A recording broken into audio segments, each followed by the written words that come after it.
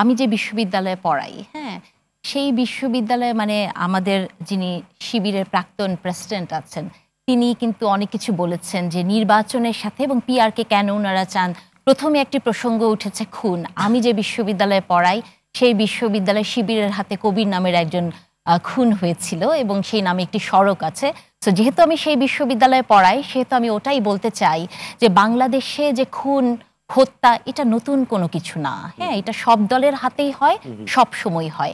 এখন পিআর নিয়ে যদি আমি বলি যে আমার কাছে এই মুহূর্তে বাংলাদেশের পার্সপেক্টিভে পিআরটাকে একটা কার্ল মার্কসের ইউটোপিয়ান স্টেটের মতো মনে হয় চিন্তার জায়গাটা। কেন বলছি বলি, ধরুন বাংলাদেশে 51% নারী আছেন, তাই তো, নারী ভোট আছে এবং নারী আছেন। এখন আমি যদি আজকে ঘোষণা দেই যে আপনারা যেহেতু আমাদেরকে নিয়ে অনেক সংশয় থাকেন, যেহেতু আমাদেরকে 5% নমিনেশন দেওয়ার কথা আপনারা ঠিক করেছেন, এখন আমি যদি ঘোষণা দিই যে বাংলাদেশের 51% নারীরা এক দল হয়ে যাবে এবং তারা আলাদা ইলেকশন করবে, মার্কা হবে টাইগার, ঠিক আছে, তাহলে আমি সিট পাবো কয়টা? ডেফিনেটলি শিওর বাংলাদেশের বেশিরভাগ নারীরাই আমাদের নারীদেরকে ভোট দিবেন, পুরুষের ভোটের কোনো দরকার নাই। তাহলে হবে আমি সিট পাবো 150টা সিট। ধরুন আপনি সাংবাদিক, আপনি ঠিক করলেন যে মানে সব মজলুম সাংবাদিকরা এক হয়ে একটা পিআর পদ্ধতির মধ্যে আপনি কলম মার্কায় ভোট দিবেন।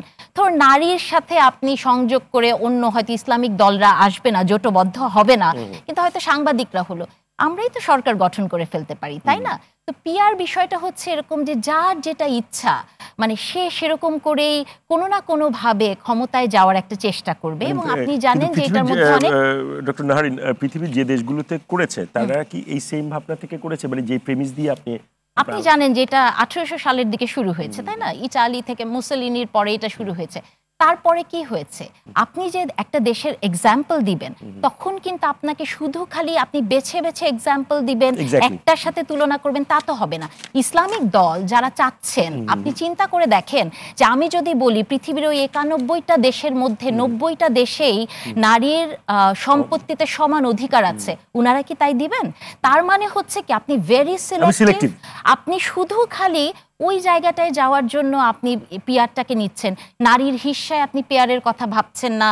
অন্য কোনো জায়গায় ওই 91টা দলের সাথে আপনার আসলে তুলনার কোনো দরকার নাই, কিন্তু শুধু খালি ক্ষমতায় যাওয়ার জন্য আপনি এই পিআরটাকে বেছে নিচ্ছেন। এখন এই যে দেখেন যে পিআর পদ্ধতিতে যে প্রবলেমটা হবে, এটা কিন্তু ভালো বা মন্দ এটা নিয়ে আমাদের কোনো ডিবেট নাই। আমাদের ডিবেটের জায়গাটা হচ্ছে যে এই পিআর পদ্ধতিটার উপযোগিতা, বাংলাদেশে পিআর পদ্ধতিটার উপযোগিতা আছে কিনা।